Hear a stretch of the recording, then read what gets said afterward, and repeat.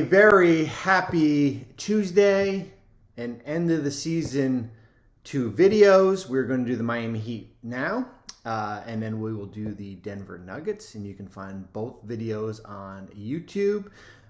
You can find the Miami Heat offseason article on ESPN.com. You can find the Denver Nuggets offseason article on ESPN.com. We are going to do a little bit of a deep dive into the Miami Heat and their offseason.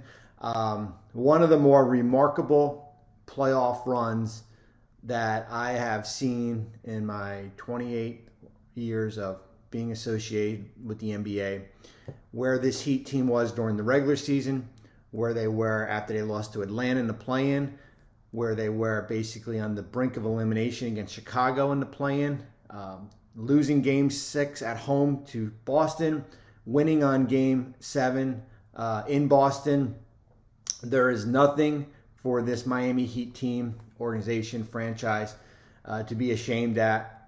It was a valiant run, and sometimes the better team just wins, right? That's the reality of it here. And I know Eastern Conference championships are not going to be displayed when you walk into, I don't even know what the name of the arena is anymore, in Miami. But it was a valiant run based on, I've written this Heat article about 7 different times. Originally, when I wrote it after they lost to Atlanta, my big question was, does the cost of the roster justify the on-court, right? 44 and 38, basically ranked 25th in offensive efficiency, 27th in three-point percentage, lost to Atlanta in the play-in. They were coming in with a payroll of $175 million for this offseason. Does the product on the court justify? And I think the big question for me, and if you watch this Heat team during the season, 289 games missed by players, second most in the league, 26 different starting lineups. You saw in the playoffs, certainly with the injuries to Tyler Hero, then Jimmy Butler, Gabe Vincent, 6 different starting lineups. So to be fair, what you saw in the regular season from a consistency standpoint, or lack of consistency standpoint, was more there for Eric Spoelstra. Although you lose Tyler Hero in Game 1 to Milwaukee. So you're basically got a balancing act when your third best player is not available, a guy who averaged 20 points. Now you are relying on the Duncan Robinsons more of the world, and Max Strus and Gabe Vincent. Certainly players like that here. My big question for the Heat going in was, who are they? Who are they as far as when we're entering this offseason? Yes, they're a team that won the Eastern Conference Championship, and yes, they were, we can say, 3 wins away from an NBA championship. But who are they? Are they the team we saw during the regular season, that inconsistent 44-win team that ranked in the bottom? Or is it the team that beat Milwaukee in 5 games, beat New York in 6 games, beat Boston in 7 games, or is it somewhere in between? I think the answer we're going to find is it's somewhere in between. This is a team that can get out of the Eastern Conference, as they've shown. Are they a team that can win it all if Jimmy Butler's having a bad night, or your role players are struggling here? And I think that's what Miami has to answer, is that how this roster stacks up and how the finances stack up.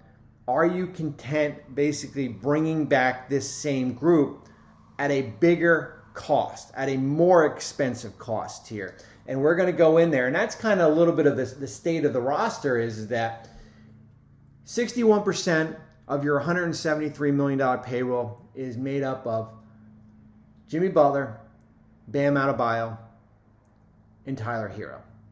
They are a luxury tax team for only the second time in 9 years. Okay? Your 2 big free agents, Gabe Vincent and Max Strus, you can bring them back. You're going to pay dearly.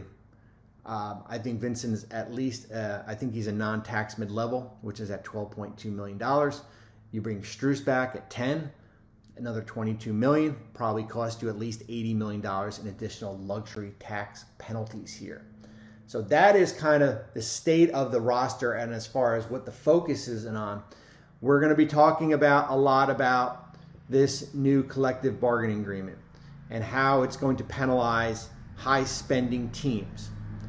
The Heat are in that same boat as Golden State, as the Clippers. They're not up there, but they are going to be a second apron team. So what does a second apron team mean? Okay. You do not have your tax mid-level exception, which is at $5 million. You do not have, you cannot sign a player bought out of his contract who had a salary in his prior contract more than the 12.2 number. So, for example, Kevin Love wouldn't have been able to sign this year. Your amount of money you can bring back in a trade is reduced from 125% to 110%, so it makes it a little bit harder. Fortunately for Miami, though, like most teams, you have a reprieve. You have a 1-year window to basically get your finances in order, or a 1-year window where if you want to go big game hunting, you can go out and do that. Because come next year, the 2024 offseason, you're not going to be able to aggregate money in a trade. You're not going to be able to trade out a future first if you're a second apron team, 7 years out here. The rules become restricted. So here's for an example, and we're going to hear forever about Damian Lillard or Bradley Beal, okay? If you feel that you want to go all in and go after one of those players, and I'm not going to talk about, we'll talk about what the assets are that you have. This is your window to do it. Because come next year, and let's say if you re-sign Gabe Vincent and you're a second apron team next year, you are not going to be able to combine the contracts of Tyler Hero or Duncan Robinson or Caleb Martin, for example. Martin's got a player option for next year, or Gabe Vincent, for example. You are not going to be able to do that. So basically, this is your window to go out and get one of those players if that's what you want. And if that's what you want when you have Kyler Lowry's number coming off after this next season in 2024-25, he will be a free agent. So you get a little bit of reprieve. You still have the Jimmy Butler number, Bam Adebayo. Certainly your numbers get up there here. What do you have as far as trade assets here? When you look at it, you've got the Tyler Hero number that's about to kick in. His extension kicks in 4 for $120. Duncan Robinson, Caleb Martin. You've got the 18th pick in the draft. You can trade a first. You can trade 2 future firsts, 2028 and 2030. Those are your assets here. Kyle Lowry is a depreciating asset. You're not going to get value with Kyle Lowry. I still think you need to attach something to Kyle Lowry to get rid of him. So if you want to go big game hunting, as I said, this is your window to do it from now until the trade deadline. If not, you're likely going to basically run this group back. You have to make a decision on Vincent. As far as you have bird rights, you can sign him to whatever you want, $13 million, $12 million. You got to make a decision on Strus, who I think is more expendable. I think certainly with Kyle Lowry coming back. With Tyler Hero coming back, I said Kyle Lowry. So I think Strus is expendable. This is what the rules do to you. You can't have a lot of nice things, right? You can't order off the menu and say, I want 4 entrees. You can only order 2 entrees now. That's what basically this collective bargaining agreement is making teams do here. So I would say Strus is expendable. You're going to have Oladipo likely opt into his contract here. Kevin Love, you've got non-bird rights. You can bring him back for $3.7 million here. So you have decisions in Miami. They are going to be costly decisions here. If you lose Vincent and Strus, you don't have anything to replace them with. You are still likely going to be a second apron team. You're not going to have the $5 million tax mid-level exception here. What else did we miss? We talked about the luxury tax. Oladipo's got to June 29th. Hayward Highsmith's contract becomes guaranteed July 15th, which I think will be. Your priorities are Vincent and then Strus. Your extension candidate to watch, Bam is extension eligible here. He can sign an extension for 2 years, $97 million. The extension starts in 2026-27. He would be Supermax eligible the following year if he earned all NBA. That's a story for another day. I thought Bam was good. I know there are going to be critics out there. I thought he was a lot better this year than certainly last year.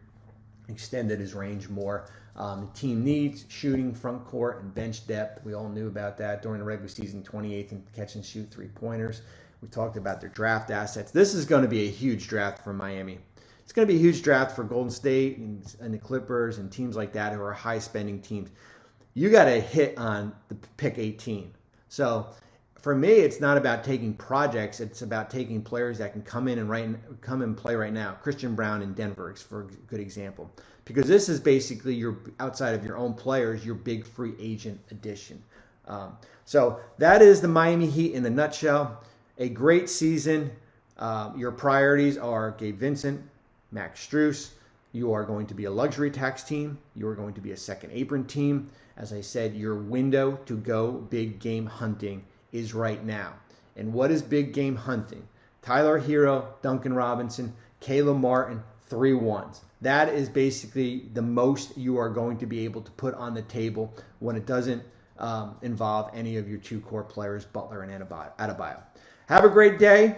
We will talk soon. Thanks for watching ESPN on YouTube. For live streaming sports and premium content, subscribe to ESPN+.